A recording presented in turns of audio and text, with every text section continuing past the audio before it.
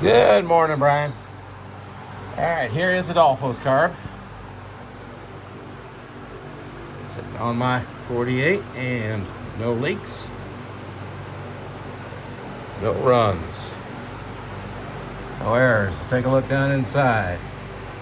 Nice and dry after that testing and adjustment. Let's go ahead and fire it up.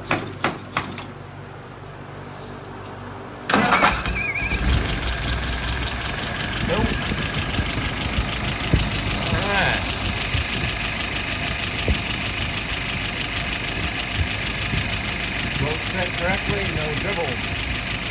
Looking good. Alright, let's get some numbers here. Currently idling at about 710. Fuel pressure is about 2.5. Vacuum is at 23. Well is at 41. Looking good, looking good. All right, let's go ahead and pull it through a few times.